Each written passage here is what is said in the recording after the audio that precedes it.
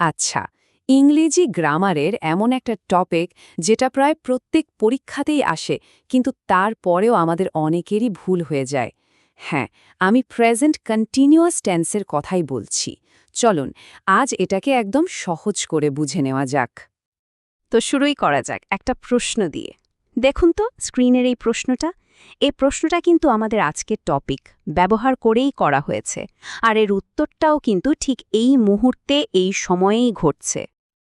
আমরা এই টেন্সটাকে চলুন একটা কোডের মতো করে ভাবি, আর আজ আমরা এই কোডটাকে ভাঙব বা ডিকনস্ট্রাক্ট করব, দেখব এর মূল ফাংশনটা কি, এর সিনট্যাক্স কেমন, আর এর কিছু স্পেশাল ফিচার্স কি আছে। সবকিছুই একদম পরিষ্কার হয়ে যাবে। তো এই হচ্ছে আমাদের আজকের আলোচনার রোডম্যাপ।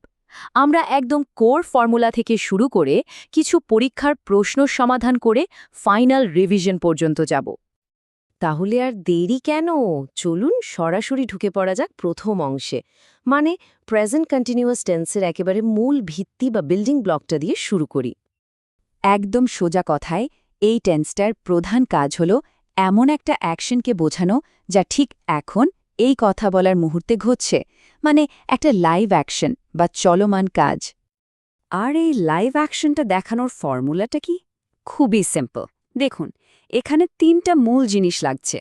প্রথমে সাবজেক্ট মানে কর্তা, তারপর একটা সাহায্যকারী ভার্ব বা অক্সিলারি ভার্ব, যেটা হতে পারে অ্যাম, ইজ বা আর শেষে আসছে মূল ভার্বটা, যার সাথে একটা আইএনজি যোগ করা আছে।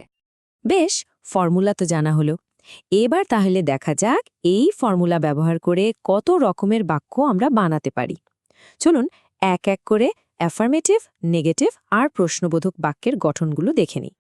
সবার আগে আসছে হ্যাঁ সূচক বা অ্যাফার্মেটিভ বাক্য। এটা তো একদম সোজা সাপটা। প্রথমে সাবজেক্ট, তারপর সাবজেক্ট অনুযায়ী অ্যাম, ইজ বা আর তারপর ভার্বের সাথে আইএনজি, যেমন আই অ্যাম রিডিং ইংলিশ। কি সহজ, তাই না? এবার যদি না সূচক বা নেগেটিভ বাক্য বানাতে চাই, আরও সহজ। শুধু অক্সিলারি ভার্ব মানে অ্যাম, ইজ বা এর ঠিক পরে একটা নট বসিয়ে দিলেই হবে। ব্যাস, আর কিচ্ছু বদলাতে হবে না। যেমন বাবু ইজ নট রিডিং নাও। আর যদি প্রশ্ন করতে হয়, এখানে একটা ছোট্ট চালাকি আছে।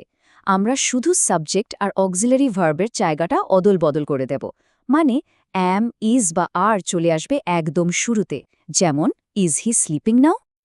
আচ্ছা, ইয়েস নো প্রশ্ন তো হলো, কিন্তু যদি হোয়াট, ওয়ে, ওয়াই দিয়ে প্রশ্ন করতে চাই, প্যাটার্নটা কিন্তু প্রায় একই। শুধু উইচ শব্দটা সবার আগে বসবে আর বাকিটা আগের মতোই, মানে অক্সিলারি ভার্ব আগে, তারপর সাবজেক্ট, যেমন ওয়ের আর দে গোয়িং। চিকুম কাজে যা দেখলাম তা তো বেসিক। এবার চলুন এই টেন্সের কিছু ছুপা রুস্তম বা হিডেন ফিচে দেখা যাক। কারণ প্রেজেন্ট কন্টিনিউয়াস কিন্তু সবসময় এখন বা এই মুহূর্তে বোঝায় না। এই বাক্যটা একটু খেয়াল করে দেখুন তো, my uncle is coming tomorrow. এখানে টেন্সটা প্রেজেন্ট কন্টিনিউয়াস, কিন্তু কথা হচ্ছে টুমরো মানে আগামীকাল নিয়ে। তাহলে ব্যাপারটা কি দাঁড়ালো? আর এখানেই কিন্তু পরীক্ষার একটা খুব পছন্দের প্রশ্ন লুকিয়ে আছে। কি করে একটা প্রেজেন্ট টেন্স দিয়ে আমরা ফিউচার বা ভবিষ্যৎকে বোঝাচ্ছি? এটা কিভাবে কাজ করছে? উত্তরটা হলো, দুটো বিশেষ ক্ষেত্রে এটা করা যায়। এক, নিকট ভবিষ্যতের কোনো পাকা পরিকল্পনা বা ফিক্সড প্ল্যান বোঝাতে, আর দুই, সাম্প্রতিক কোনো সাময়িক অভ্যাস বোঝাতে, যা হয়তো এই মুহূর্তে হচ্ছে না কিন্তু আজকাল চলছে। ঠিক আছে, নিয়ম তো অনেক জানা হলো। এবার এমন কিছু সাধারণ ভুলের দিকে নজর দেওয়া যাক, যেগুলো পরীক্ষাতে প্রায়ই হয়। এগুলোকে আমরা ডিবাগ করে নেব, যাতে একটা নম্বরও কাটানো যায়।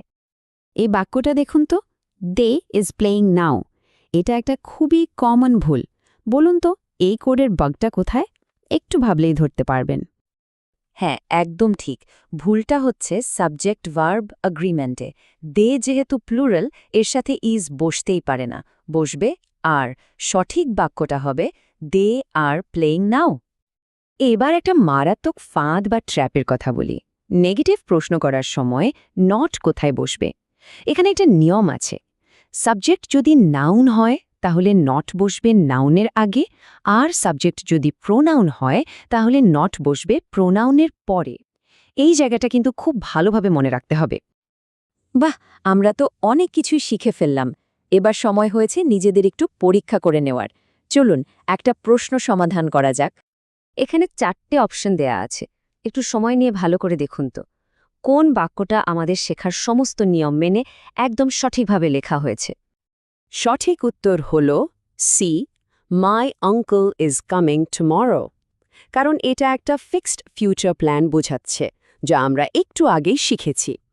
বাকি অপশনগুলোতে দেখুন, কোনোটাতে প্রশ্নের গঠন ভুল, কোনোটাতে নটের ব্যবহার ভুল, আবার কোনোটাতে টেন্সটাই ভুল।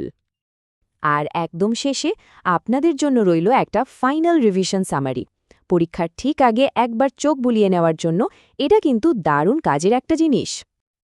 দেখুন, এই একটা টেবিলের মধ্যেই পুরো ব্যাপারটা চলে এসেছে।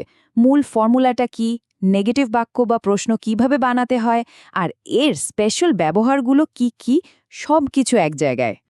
তাহলে প্রেজেন্ট কন্টিনিউয়াস টেন্স তো আমাদের আয়ত্তে চলে এলো। এর মানে আমরা এখন কি ঘটছে সেটা বলতে পারি। কিন্তু পুরো গল্পটা বলার জন্য তো অতীত আর ভবিষ্যৎও লাগে, তাই না? তাহলে ভাবুন তো, সেই গল্পগুলো বলার জন্য আমাদের আর কি টেন্স শিখতে হবে?